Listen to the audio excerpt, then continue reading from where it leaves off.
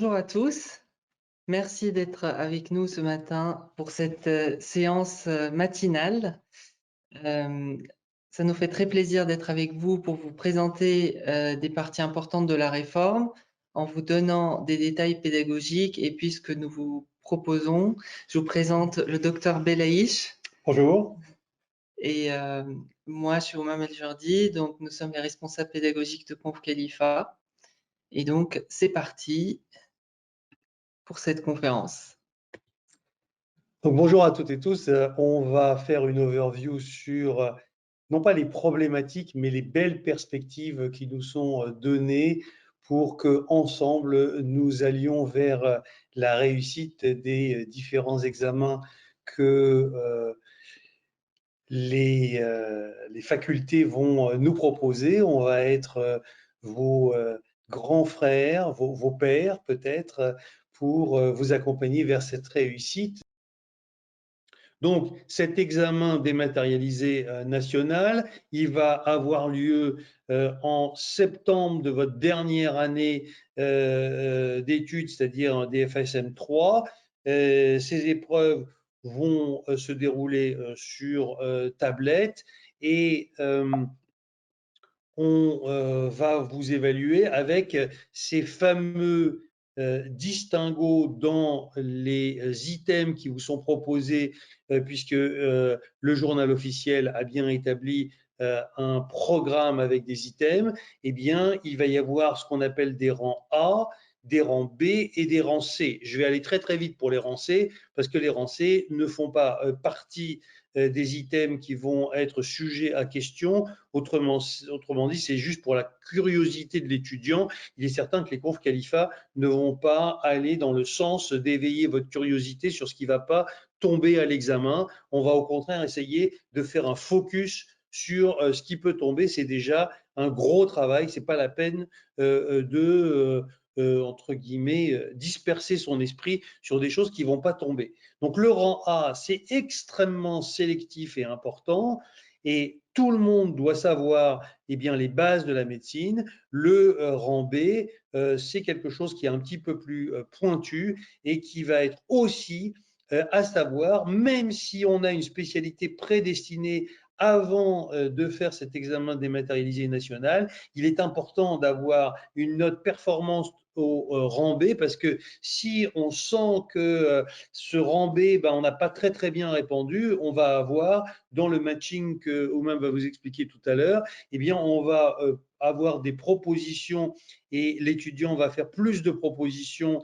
de spécialité que ce qu'il avait prévu initialement.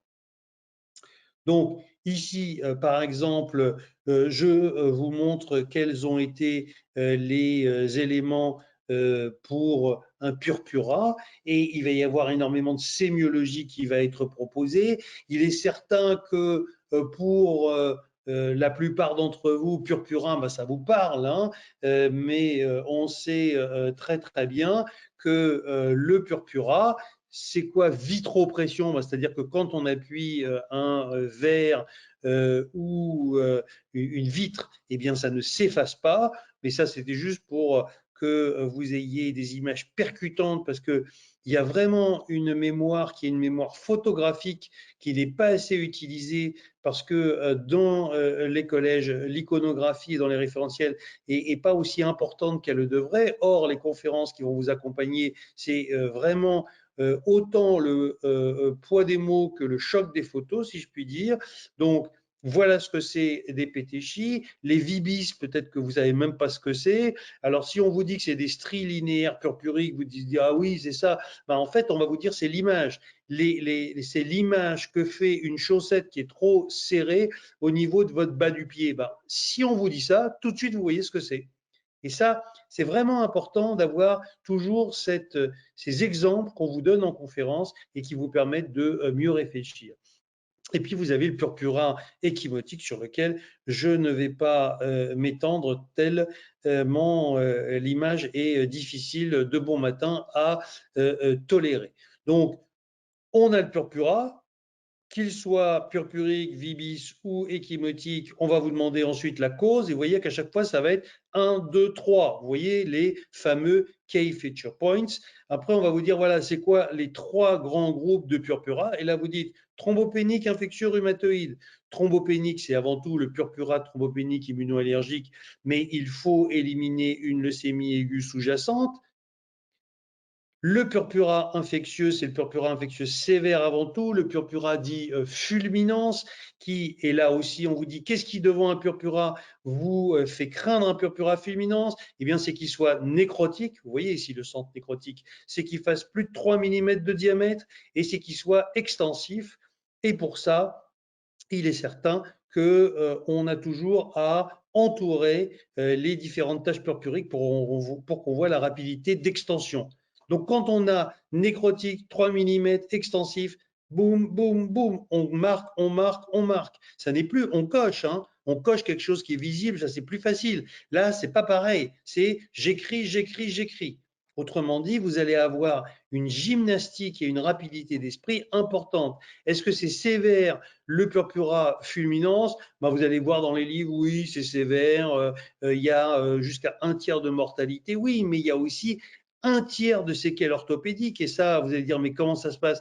Quand on vous montre cette image sans commentaire, vous comprenez ici qu'il peut y avoir des nécroses des extrémités qui vont engendrer jusqu'à des amputations. Autrement dit, le choc des photos va vous aider. Et puis, vous avez le purpura dit rhumatoïde, ce purpura rhumatoïde qui est infiltré, qui prédomine au membre inférieur, qui touche rarement les muqueuses et qui est d'origine vasculaire. Vous voyez qu'ici, rien que sur un petit item de rang A sur le purpura et les causes principales, je vous ai montré 5 photos. Avec ça, vous pouvez vous débrouiller dans tout ce qui est EDN ou tout ce qui est ECOS ou tout ce qui est Key Feature Points. Vous saurez parce que vous l'avez vu et parce que vous êtes capable de le restituer. Donc, je vous rappelle que les items de rang A sont pas les items qui vont changer en fonction, au niveau de la pondération, en fonction du groupe de spécialité, mais que vous êtes obligé d'avoir plus de 16/20 sur les items de C'est rang sûr, A. c'est 16/20 ou même. Alors, il y a des négociations pour abaisser le seuil à 14, mais ça n'a pas encore été validé par les enseignants. Donc, on va voir comment ça va se finir. Pour l'instant, c'est 16. Et donc, si vous n'avez pas 16/20 sur les items de rang A en septembre, vous avez une séance de rattrapage en janvier pour essayer d'avoir plus de 16/20 sur les items de rang A. Mais attention, ce sont les notes de septembre qui serviront pour le matching, quoi qu'il arrive, par souci d'équité entre les étudiants. Et donc, les propositions de rang B sont très importantes pour votre groupe de spécialité. Si je veux faire de la chirurgie maxillofaciale, il faut que je sois au top sur tous les rangs B de chirurgie, donc de la chir maxillofaciale, mais aussi de l'ORL et tout ce qui se rapproche de la chirurgie maxillofaciale. Et donc, les groupes de spécialité vont être publiés bientôt, et donc c'est ça qui servira pour le classement final.